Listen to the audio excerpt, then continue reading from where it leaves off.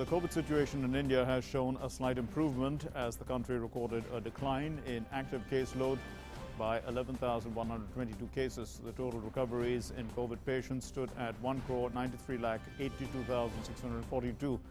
The recovery rate has improved to 83.04%. 3,55,338 COVID patients have recovered in a single day yesterday. The total active cases have declined to 37,04,099.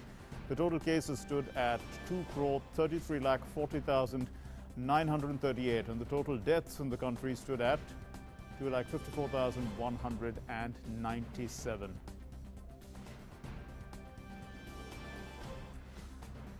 And at this point in time, we are going to go across now live to a press conference being addressed by the BJP spokesperson Sambit Patra. Let's go across and listen to what he's saying. अर्थात 1,07,00,000 आसपास vaccine भेजा गया है। यह add के रूप में भेजा गया है। एड मतलब मदद, एड मतलब ग्रांट के रूप में भेजा गया है। ग्रांट के रूप में, मदद के रूप में, एड के रूप में मात्र 1 करोड़ वैक्सीन ही भेजा गया है। बाकी जो वैक्सीन भेजी गई है, 84% जो वैक्सीन भेजी गई है, लगभग 5 करोड़ से अधिक, वो लायबिलिटी के रूप में भेजी गई है, जो आपको करना ही था। चाहे हमारी सरकार होती, चाहे किसी की भी सरकार होती, उसको वो क्वांटिटी भेजना ही था, क्योंकि वो लायबिलिटी है। वो किस प्रकार से लायबिलिटी है और एड किसको हमने दिया है, आज मैं इसको एक्सप्लेन करने वाला हूं। आप ध्यान से सुने। जहां तक एड का सवाल है, हमने लगभग, जैसा मैंने कहा, 107 लाख, 1 करोड़ और कुछ वैक्सीन हमने बाहर भेजे हैं। किसको मुख्यतः हमने एड दिया? हमने एड दिया है अपने नेबरिंग 7 देशों को। जो हमारे देश के आसपास जो 7 देश हैं, जो 7 मुल्क हैं, जो हमारे नेबर्स हैं, उनको हमने एड दिया। और कितना एड दिया? 78.5 लाख डोजेस। इन 1 करोड़ से थोड़े अधिक जो डोजेस हमने एड के रूप में दिए, उसमें 78 लाख डोजेस हमने अपने देश के आसपास के देशों को दिया। उस पर भी आप सवाल खड़ा कर सकते थे कि क्या आवश्यकता है बांग्लादेश को देना, क्या आवश्यकता है बाकी देशों को देना। देखिए, ये डिप्लोमेसी नहीं है। ये डिप्लोमेसी के साथ साथ ये एपिडेमियोलॉजी भी है। कैसे एपिडेमियोलॉजी है? अगर आप अपने देश के आसपास के देशों की सुरक्षा की चिंता भी करते हैं, थोड़ी बहुत चिंता करते हैं, उनको मदद करते हैं, तो ये वायरस जो बाउंड्रीज नहीं जानता है, ये वायरस जो सरहदें नहीं जानता है, आप अपने देश और अपने देश के जो बाउंड्री वाले स्टेट्स हैं, उनको भी प्रोटेक्ट करते हैं। तो स्वाभाविक रूप से ये एड, ये जो ग्रांट है, केवल 1 करोड़ वैक्सीन डोजेस का ये बनता था। दूसरा है, जो एड में मैंने कहा 107 लाख, 1 करोड़ समथिंग, 78 तो हमने इनको दिया। बाकी 2 लाख डोजेस हमने किसको दिए? हमने United nation peace keeping force, जो संयुक्त राष्ट्र का पीस कीपिंग फोर्स होता है, हमने उसको दिया है। संयुक्त राष्ट्र के पीस कीपिंग फोर्स को क्यों दिया? आपको जान के खुशी भी होगी और आपको जान के आश्चर्य भी होगा कि किस प्रकार का भ्रम फैलाया गया। 6,600 इंडियन सोल्जर्स जो हैं, जो हिंदुस्तान के जवान हैं, वो आज सरहद से दूर, हमारे देश के सरहद से दूर, संयुक्त राष्ट्र के लिए और पीस कीपिंग के लिए काम कर रहे हैं। वो भिन्न भिन्न देशों में प्लेस्ड है। अगर हमने पीस कीपिंग फोर्स को 2 लाख डोजेस दिया था, तो अपने जवानों को किस तरह दोनों डोजेस लग सके, हमारे जवान जो हमारे देश से बाहर रह के भी हमारे देश के हितों की रक्षा कर रहे हैं, उनको कैसे प्रोटेक्ट कर सके, उसके लिए वो डोज दिए थे। क्या ये गलत है? हम नहीं मानते हैं ये गलत है। अब आते हैं, ये जो एड दिया गया, ये कुल मिलाकर जितना भी हमारा एक्सपोर्ट हुआ, उसका 16% था, अर्थात लगभग 1 करोड़ डोजेस। बाकी जो 5.5 करोड़ डोजेस हैं, लगभग 84% जो है, वो क्यों बाहर भेजा गया? वो एड नहीं है, वो ग्रांट नहीं है, वो कोई सहायता नहीं है, वो लायबिलिटी है, वो कंपल्शन है। 2 प्रकार की लायबिलिटीज होती है। एक है कॉमर्शियल लायबिलिटी और दूसरा है लाइसेंसिंग लायबिलिटी। कॉमर्शियल लायबिलिटी क्या है? कॉमर्शियल लायबिलिटी है ये 2 कंपनी भारत की, जो भारत में मैन्युफैक्चर कर रही हैं वैक्सीन, कोविशील्ड की सीरम इंस्टीट्यूट ऑफ इंडिया और कोवैक्सीन की भारत बायोटेक। इन्होंने पहले से ही कुछ अरेंजमेंट देश के बाहर बुकिंग्स ली थी और कुछ एडवांस पेमेंट लिया था। और जिन देशों से ये रॉ मटेरियल लाते हैं, आप देखिए, कोई भी वैक्सीन बनता है, कोई भी उत्पाद बनता है, उसके लिए रॉ मटेरियल की आवश्यकता है। जिन देशों से ये कंपनीज रॉ मटेरियल लेते हैं, उन देशों के साथ बैठ करके रॉ मटेरियल लेते समय इन्होंने कुछ करार साइन किए थे कि ठीक है, आपसे हम रॉ मटेरियल लेंगे, बदले में हम आपको कुछ वैक्सीन बुकिंग के लिए अलाउ करेंगे, अर्थात हम पेमेंट लेंगे, एडवांस पेमेंट लेंगे, मुफ्त में नहीं देंगे, और बुकिंग करके आपको वो जो उत्पाद निकलेगा रॉ मटेरियल से वो पहुंचाएंगे। ये तो कॉमर्शियल लायबिलिटी है। आप रॉ मटेरियल ले रहे हैं, बदले में पैसा लेकर के आप उनको वैक्सीन दे रहे हैं, ये अनिवार्य है। ये किसी की भी सरकार हो, ये जो हस्ताक्षर आप करते हैं, जो कंपनीज हस्ताक्षर करती है, जो एडवांस पेमेंट लेती है, उसके एवज में उनको देना ही पड़ेगा। दूसरा जो लायबिलिटी है, दूसरी लायबिलिटी है आपकी लाइसेंसिंग लायबिलिटी। लाइसेंसिंग लायबिलिटी होती है केवल SII, serum institute of India के कोविशील्ड के लिए, कोवैक्सीन के लिए नहीं है, क्योंकि कोवैक्सीन भारत का ही कंपनी है और भारत बायोटेक भारत में ही मैन्युफैक्चर करती है, इसलिए उसका लाइसेंस बाहर से नहीं आया है। कोविशील्ड के लिए जो SII ने लाइसेंस लिया है वो एस्ट्राजेनिका से लिया है, ऑक्सफर्ड का लाइसेंस है। तो स्वाभाविक रूप से जब ये लाइसेंस बाहर से आता है तो आपको बाहर कुछ भेजना पड़ता है। क्यों भेजना पड़ता है कि WHO कोवैक्स फैसिलिटी बनी है, संयुक्त राष्ट्र की जो WHO है, वर्ल्ड हेल्थ ऑर्गेनाइजेशन, इसकी एक कोवैक्स फैसिलिटी बनी हुई है और भारत ने 30% अपना वैक्सीन लाइसेंसिंग लायबिलिटी के अंतर्गत कोवैक्स फैसिलिटी को भेजा WHO में। क्यों भेजा? जब पूरे विश्व में हाहाकार मचा हुआ था कोरोना को लेकर, अभी भी मचा हुआ है, और वैक्सीन को लेकर किस प्रकार वैक्सीन को मैन्युफैक्चर करना है, उसमें कोऑपरेशन कैसे रहेगा, सभी देश मिलकर कैसे करेंगे, तो एक कोवैक्स फैसिलिटी WHO में बनाई गई और सभी देशों ने उसमें करार हस्ताक्षर किया, एक करार साइन किया कि ठीक है, हम भी इसके हिस्से बनेंगे, रॉ मटेरियल इत्यादि हम लेंगे, बदले में हम अफोर्डेबल प्राइस में WHO के कोवैक्स फैसिलिटी को भी कुछ वैक्सीन सप्लाई करेंगे, जिसके बदले में WHO हमें लाइसेंस इत्यादि देगी, WHO रॉ मटेरियल के लिए हमें मदद करेगी। आज आप देखिए एस्ट्राजेनिका का जो हमें लाइसेंस मिला, जिसके एवज में आज कोविशील्ड मैन्युफैक्चर हो रहा है, तो स्वाभाविक रूप से उसमें WHO कोवैक्स फैसिलिटी का भी एक बड़ा हाथ है। और चूंकि ये करार तमाम देशों ने हस्ताक्षरित किया था, we are all part of that agreement with WHO COVAX facility. So 30% of what we call as export was sent as a compulsory item to WHO COVAX facility. So इसको आप नहीं कह सकते हैं कि हमने अपने बच्चों को वैक्सीनेट नहीं किया, वहां क्यों दे दिया। अगर हम ये नहीं करार करते तो कल को ये वैक्सीन की जो सुविधा हमें कोविशील्ड के रूप में भारत में मिली है वो नहीं मिलती। जो मैंने commercial supply, booking, advance payment इत्यादि कहा था, उसमें 2 पॉइंट में कहना चाहूंगा। 14% तथा कथित एक्सपोर्ट, क्योंकि एक्सपोर्ट नहीं है, 14% जो वैक्सीन गया है वो यूनाइटेड किंगडम को गया है। यूनाइटेड किंगडम को क्यों गया है? आपको याद होगा, ऑक्सफर्ड एस्ट्राजेनिका वैक्सीन जो कोविशील्ड का है, उसका लाइसेंस होल्डर ऑक्सफर्ड में है, यूनाइटेड किंगडम में है। आपको एक विषय और भी मैं याद दिला दूं, बीच में जब एक करार हुआ था और एस्ट्राजेनिका ने यह कहा था कि किसी भी कीमत पे कोविशील्ड को 50 लाख वैक्सीन प्रति माह हमें देना होगा यूके में। कोविशील्ड के निर्माता SII जो भारत में है, जो सब लाइसेंस होल्डर है, उन्होंने मना कर दिया था। इस पर आपको पता होगा एस्ट्राजेनिका ने कहा था कि हम लाइसेंस नहीं देंगे सीरम इंस्टीट्यूट ऑफ इंडिया को। वो तो धन्य है कि हमारे प्रधानमंत्री नरेंद्र मोदी जी ने यूके में बात किया और जिस प्रकार से यूके ने इसमें एक बहुत ही स्ट्रांग स्टैंड लिया, वो सब लाइसेंसिंग जो है सीरम इंस्टीट्यूट ऑफ इंडिया को मिला और आज कोविशील्ड इंडिया में मैन्युफैक्चर हो रहा है। तो ये कहना कि यूके को आपने क्यों दिया, उसका मैंने वैज्ञानिक दृष्टिकोण समझाया। 12.5% अर्थात एक छोटा सा जो वैक्सीन का कैशमेंट है वो सऊदी अरब गया कॉमर्शियल एडवांस बुकिंग के माध्यम से और पेमेंट के माध्यम से। और आपको पता होगा सऊदी अरब में जो भारत के डायस्पोरा है वो काफी बड़े तादाद में रहते हैं और उन सब को, जो हमारे भारतीय भाई बहन सऊदी अरब में हैं, उनको दोनों डोजेस मुफ्त में सऊदी अरब लगा रही है। क्या हमारा ये जिम्मा नहीं है? हमने पेमेंट में दिया है, बुकिंग लेके इन दोनों कंपनियों ने दिया है, मगर जिस प्रकार का भ्रम पूरे हिंदुस्तान में फैलाया जा रहा है कि मुफ्त में हिंदुस्तान की सरकार 6.5 करोड़ डोजेस जो हैं वो एक्सपोर्ट कर दिए, वो बाहर भेज दिए, मुझे लगता है आज इसकी सच्चाई आप सबके सामने आई है। और मुझे दुख के साथ कहना पड़ रहा है कि जो लोग इन विषयों को समझते हैं वो भ्रम फैला रहे हैं। आज के इस ग्लोबल विलेज में कोई भी देश एक द्वीप के रूप में, एक छोटे से आइलैंड के रूप में नहीं रह सकता है।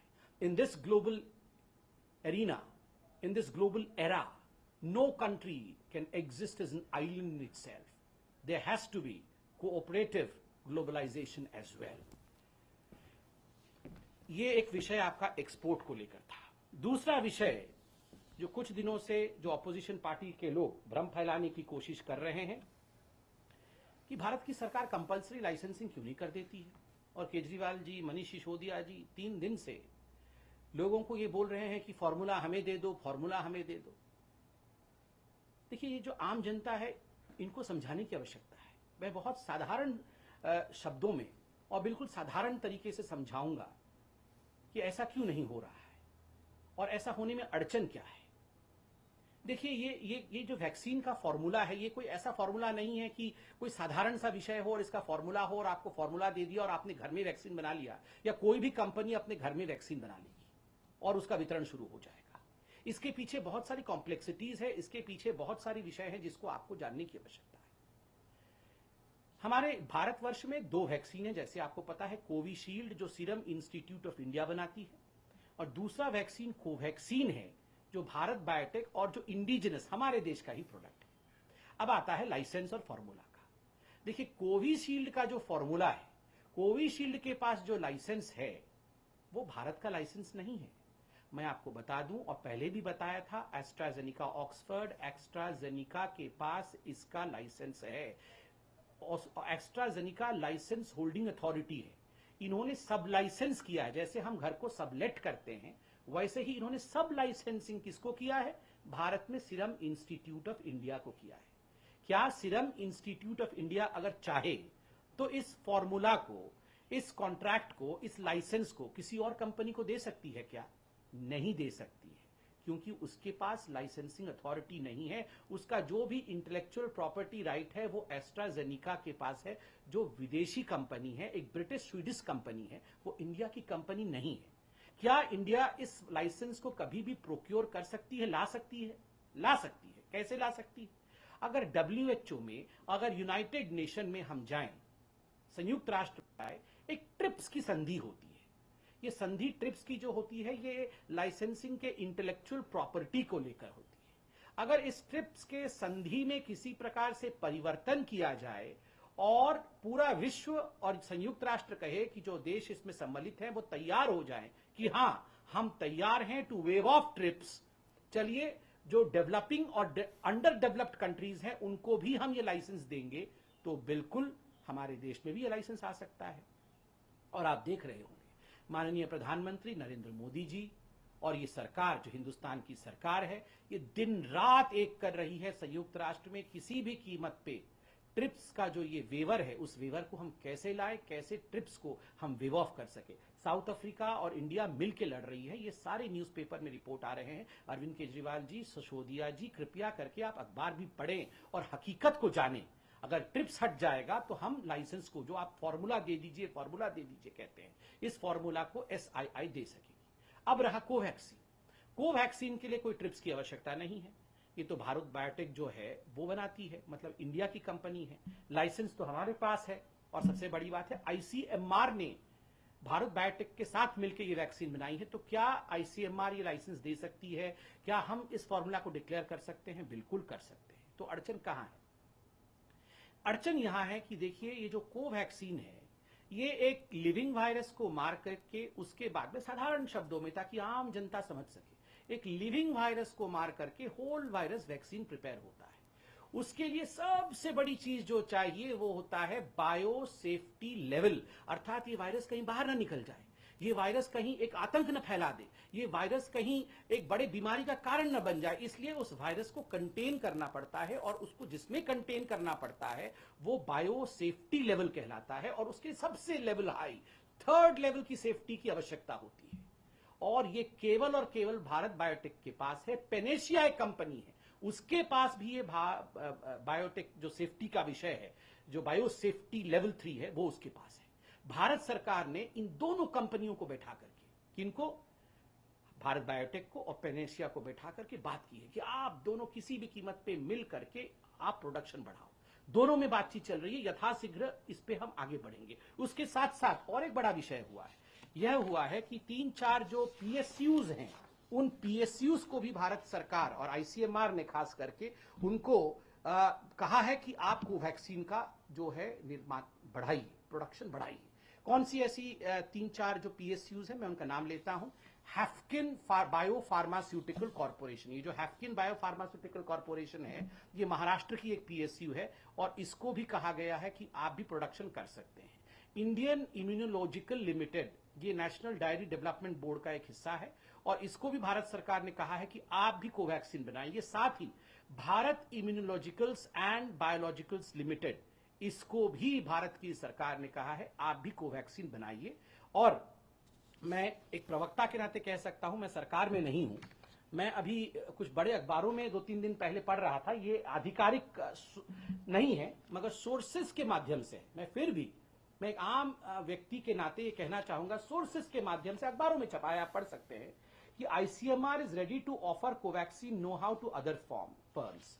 जो आईसीएमआर है, जिसके पास ये फॉर्मूला है, जो लाइसेंस है, ये आईसीएमआर कुछ फर्म्स के साथ बातचीत कर रही है कि आप चाहें तो आप हमसे ये फॉर्मूला लें, आप बनाएं। और ये सोर्सेस के माध्यम से अखबारों में छपा है। मैं इस पे कोई टिप्पणी तो नहीं करना चाहता हूं, मगर ये जो भ्रम फैलाया जा रहा है कि कोई कुछ नहीं कर रहा है, सारी कंपनियां हाथ पे हाथ धर के बैठी हुई हैं, भारत सरकार कुछ नहीं कर रही है, मैं हाथ जोड़ के निवेदन करूंगा, इस प्रकार का भ्रम कृपया करके मत फैलाइए। लोग रातों को सो नहीं रहे हैं, सारी इंस्टीट्यूट्स दिन रात लगी हुई हैं, किस प्रकार से एक भी हिंदुस्तानी को किसी प्रकार से आंच ना आए, किस प्रकार से वैक्सीनेशन बढ़े, इसमें हर कोई लगा हुआ है।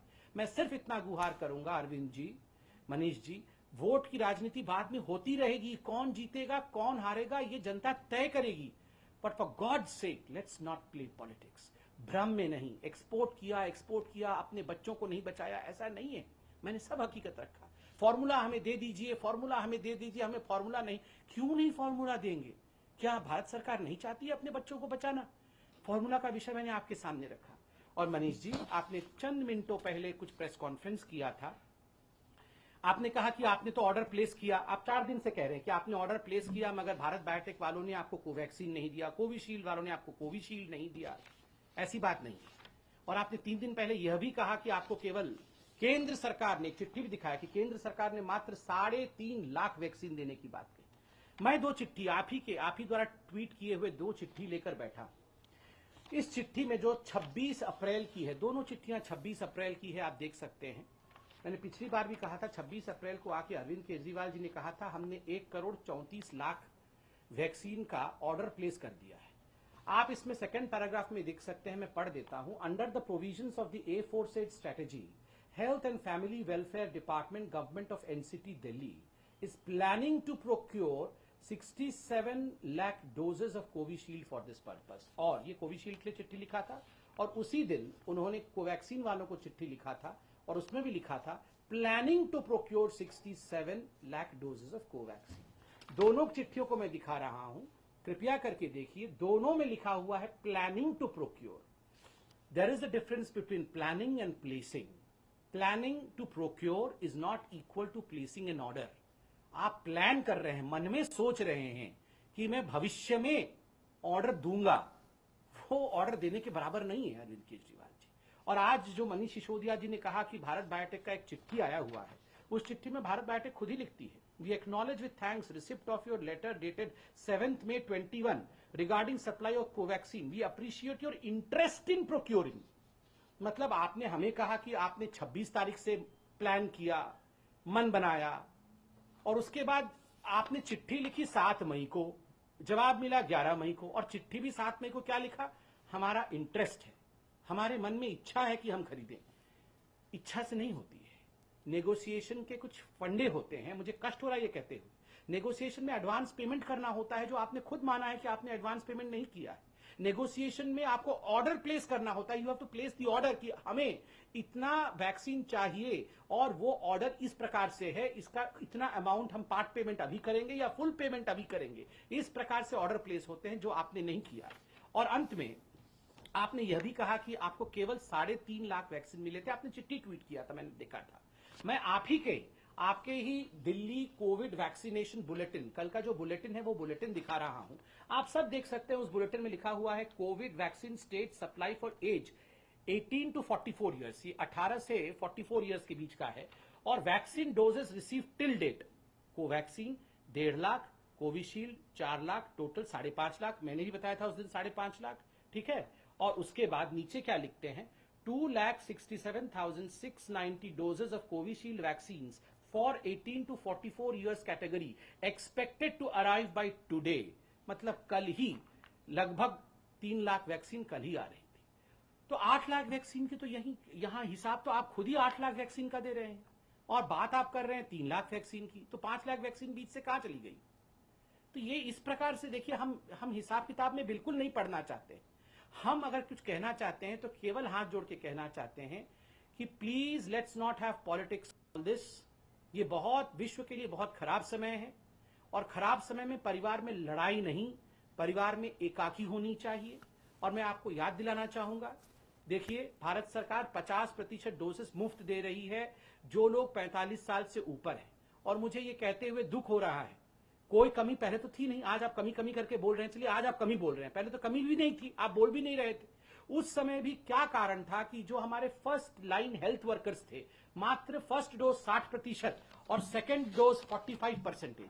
आप देखिए ये जो 60% of health workers and 45% of frontline worker, केवल इन्हीं को सेकेंड डोज लगा है। क्यों? उनको तो 100% लगना चाहिए था। आपके इंटेंशंस अच्छे थे, उस समय तो वैक्सीन की कमी, उस समय क्या अभी भी इस कैटेगरी में तो आप खुद ही कह रहे हैं वैक्सीन की कमी नहीं है, ये तो आपके पास रखा हुआ है, एक्स्ट्रा में रखा हुआ है। फिर ये केवल 60% और 45% क्यों है? काम करने की आवश्यकता है। अभी भी हाईकोर्ट ने आपको फटकार लगाई है और कहा है कि कोविड फैसिलिटी बनाई है। मुझे लगता है कि जमीन पर उतरकर काम करने की आवश्यकता है। We should not be busy in political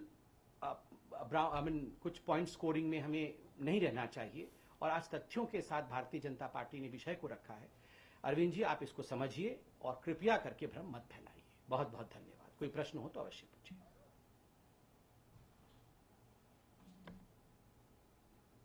जी विकास जी, नमस्कार।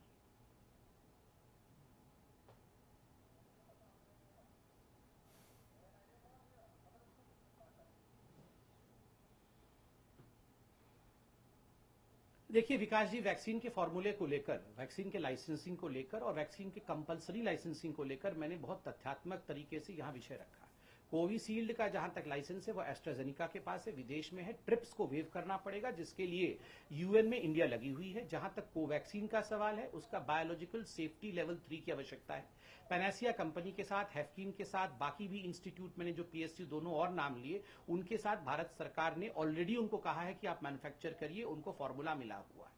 मुझे बताइए अरविंद केजरीवाल जी, दिल्ली में कौन सी ऐसी संस्था है जिसके पास बायोलॉजिकल सेफ्टी लेवल 3 है और जहां आप बना सकते हैं? आप आईसीएमआर से लाइए और बनाइए, किसी ने मना नहीं किया है।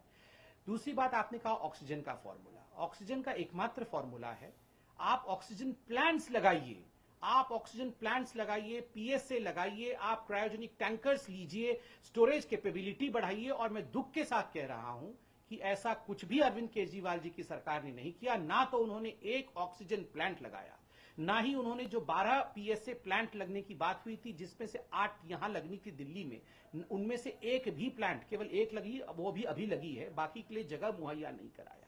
क्रायोजेनिक टैंकर्स बाकी स्टेट ऑर्डर करके ले गए, मगर इनका क्रायोजेनिक टैंकर का ऑर्डर लास्ट में आया। उत्तर प्रदेश ने परचेज भी कर लिया है, ये केवल ऑर्डर कर रहे हैं, एक भी क्रायोजेनिक टैंक परचेज नहीं कर रहे हैं। तो मुझे लगता, और दिल्ली के जो हॉस्पिटल्स हैं उनमें स्टोरेज फैसिलिटी बढ़ाने की बात इन्होंने आज से 5 दिन पहले की। पहले से ही स्टोरेज कैपेसिटी बढ़ा देनी चाहिए थी, एंटिसिपेट करते हुए। तो मुझे लगता है जहां तक अरविंद केजरीवाल जी हैं, अरविंद केजरीवाल जी को फॉर्मूला किसी का नहीं चाहिए। ना वैक्सीन का फॉर्मूला चाहिए, ना उनको ऑक्सीजन का फॉर्मूला चाहिए। उनको केवल पॉलिटिकल रूप से रेलिवेंट रहने का फॉर्मूला चाहिए कि बस मेरी वाहवाही होते रहे, मैं टीवी पे एडवर्टाइजमेंट में आता रहूं और मैं अपना सारा का सारा ठीकरा किसी और के सर पे फोड़ दूं, उसका फॉर्मूला मुझे दे दो। यही फॉर्मूला उनको चाहिए। Well, we were listening to a live press conference being addressed by the Bharatiya Janata Party spokesperson Sambit Patra. He was largely speaking about vaccination availability in the country and many of the questions being raised by the opposition. He clarified about the licensing policies as far as the vaccines are concerned and emphasized that the Covishield vaccine, which is the AstraZeneca vaccine, the license or the patent is actually something that India does not have control over because it is an international patent and belongs to the United Kingdom.